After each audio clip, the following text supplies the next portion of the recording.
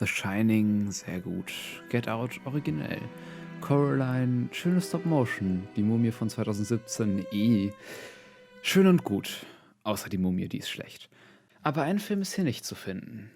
Einer, der mir wohl meine angsteinflößendste Filmerfahrung überhaupt bereitete.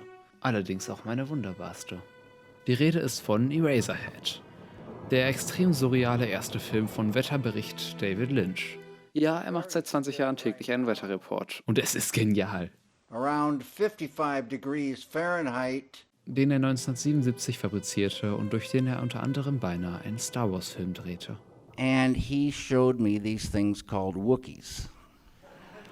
And now this headache is getting stronger. Eraserhead, ein Film so angsteinflößend, dass selbst eine Zimmerheizung Panik hervorruft. Für nun Verwirrte, keine Sorge, das soll so. Ein wenig werde ich euch dennoch durchhelfen durch dieses abstrakte Meisterwerk, dieses Gruselspektakel, was so viel mehr ist als das. Warum man ihn unbedingt sehen sollte und warum ich ihn persönlich mittlerweile sogar genieße?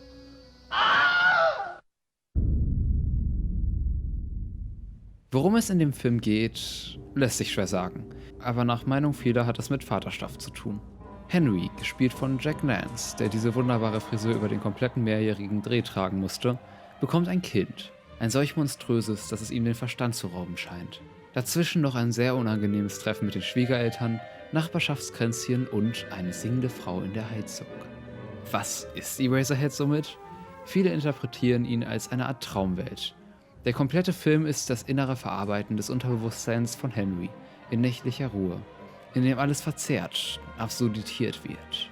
Allerdings kann man keinesfalls Standard-Horror-Traumgedusel erwarten. Das liegt daran, dass dem Schaffer David Lynch Träume sehr viel wichtiger sind als manch anderem.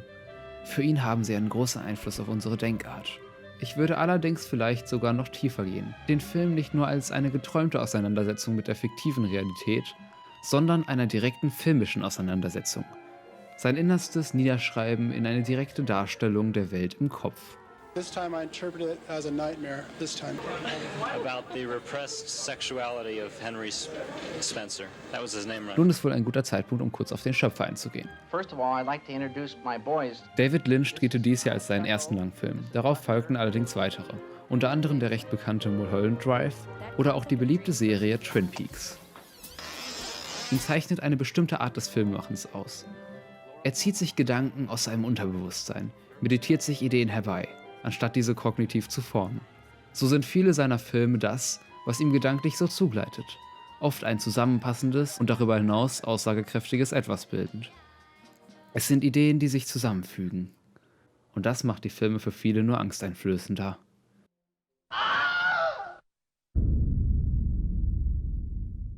Die bizarre Welt ist natürlich bereits ein Faktor, weshalb der Film so befremdlich ist. Man weiß nicht, was real ist. Man versteht nicht und was man nicht versteht, das jagt einem oft Angst ein. Dazu kommt natürlich auch der Aufbau eben dieser Welt. Der Film stammt sehr wohl aus einer Zeit, in der Farbfilm etabliert war. Dennoch ist er in Schwarz-Weiß geschossen, mit düsteren Kontrasten, sodass er sich von unserer Welt nur noch weiter entfernt.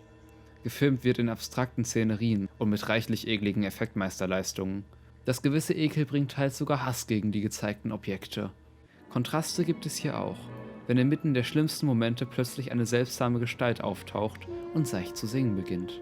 Treibt das die Nerven sogar noch weiter auf Trab. Ein wesentlicher Teil ist auch das Sounddesign, für das fast ein ganzes Jahr genutzt wurde. Die ganze Zeit wird der Film begleitet durch eine dröhnende Atmosphäre, ein das sich für den Zuschauer nicht zuordnen lässt. Tontechnisch etwas noch nie zuvor Gesehenes und auch danach selten ansatzweise Erreichtes. Ein gutes Beispiel für das Schaffen von Furcht ist die bereits erwähnte Heizung. Dort verstärkt sich das Dröhnen. Eine perfekte Kombination von Sound und Bild. Man weiß nicht, was dahinter ist, ob man es überhaupt wissen will und dennoch kann man dem nicht entkommen.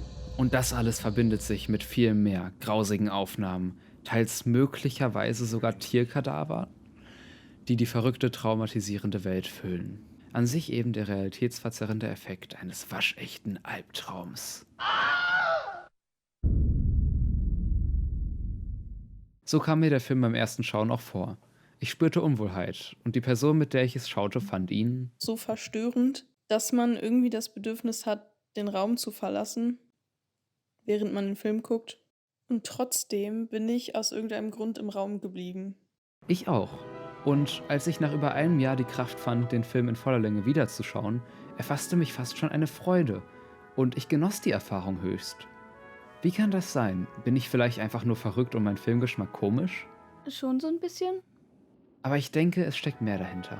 Zahllose Momente, wie zum Beispiel, als der Schwiegervater von Henry nach dem schreiend Weglaufen seiner Frau einfach belanglos ein Gespräch beginnt, Well, Henry, what do you know?